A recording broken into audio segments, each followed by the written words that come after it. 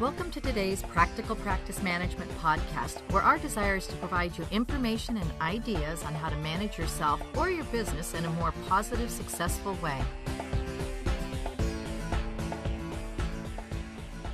Hello, welcome to today's Practical Practice Management's videocast. This is our first attempt at making a videocast, and we've got a great topic today that we'd like to talk to you about. My name is Tina Del Bono. And I'm Jesus Vasquez. And today's topic is... We're going to be talking about representing your professional self and your office outside of work.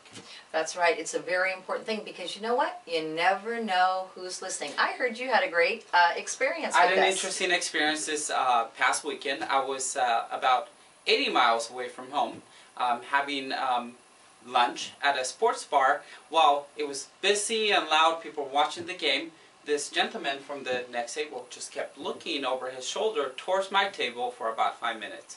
And so I started to wonder what's going on. Yeah. And so eventually the gentleman came and introduced himself and asked me if I worked at this medical practice, and I said yes.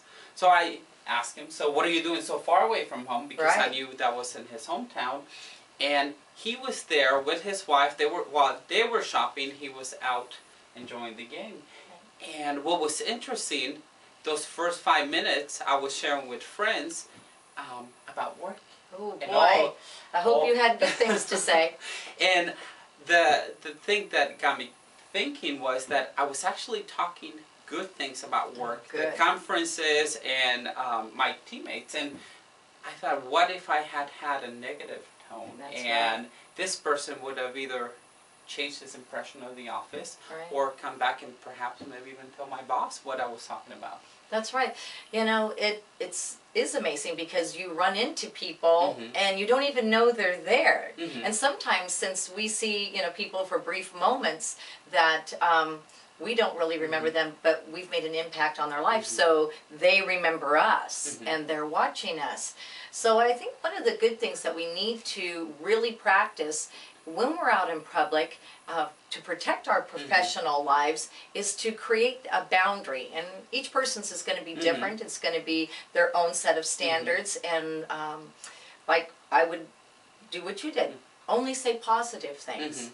Talk about the good things that you do at work or conferences that you go to, or the interactions that you have with your coworkers. When you hear somebody bad-mouthing their coworker, immediately you kind of go, wow, that's really bad. Or who really has a problem? Is it you or is it the other people? So creating that individual boundary, I think, is good. And then you know not to go outside of it when you're out in public. I know I made it for myself to, as an action item a couple of years ago, was to only talk about the positive things about work, because we'll have stresses and bad things that could happen at work that ultimately you don't hear everyone griping about the work day. You want to share the good things. And so for me, it's kind of became a standard, and that could be also another point for you to follow, which is only talk about the positive, uplifting things about work, because guess what? Everyone has negative things about their work, and you don't really want to hear that all the time. Well, and what happens when you're doing a work event, possibly a conference or maybe a dinner reception party, and you're more in a party mode, but yet it's in a professional atmosphere. And I know we've experienced this at conferences where you may all be in the lounge after the conference, and there's hundreds of people in there having cocktails and having conversations, but yet what does your ear turn to? It's those ones that are loud, the ones that are saying negative things, the people who really don't have their good behavior on when they're out in public, and that can be very tarnishing to your professional reputation. I know for us, our practice focuses on podiatry, which is a pretty small niche. So you normally hear names of key players, and then we're sitting at the lounge at the hotel, and then you start hearing conversations with key names. And so what do you normally do? You start listening to to these conversations, and then you realize that perhaps they shouldn't be doing that because they think they're surrounded by strangers, but they're really not, because we're all in the same profession. That's right. Even though they don't know us, we still remember what they say. And that's a real important thing to remember.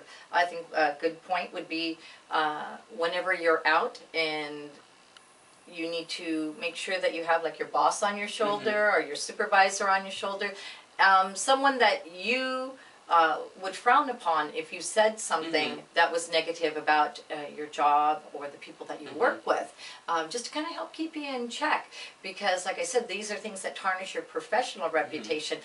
Same way we've seen with social media lately. Yes. People putting up pictures on Facebook Or and Twitter. Twitter, Yes. and later regret that because they're thinking it's their personal Facebook, and that isn't going to affect their profession. And maybe it might not get them fired, but it does change people's opinions of you.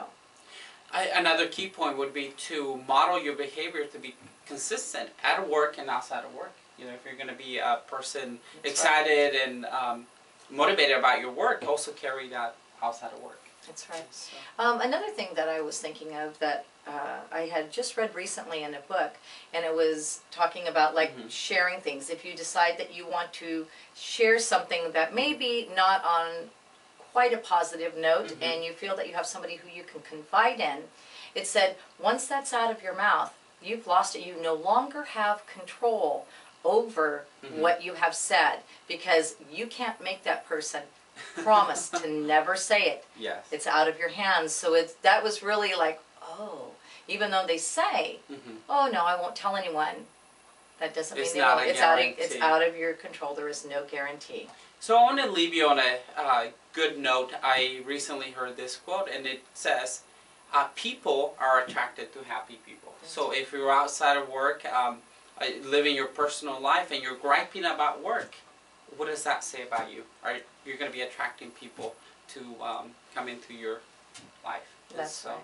So we hope that you've picked up a few tips from our first video cast, and we look forward to bringing you more information and practical information for you to use in your business and personal life. We welcome you to visit our website to visit www.gotoppm.com.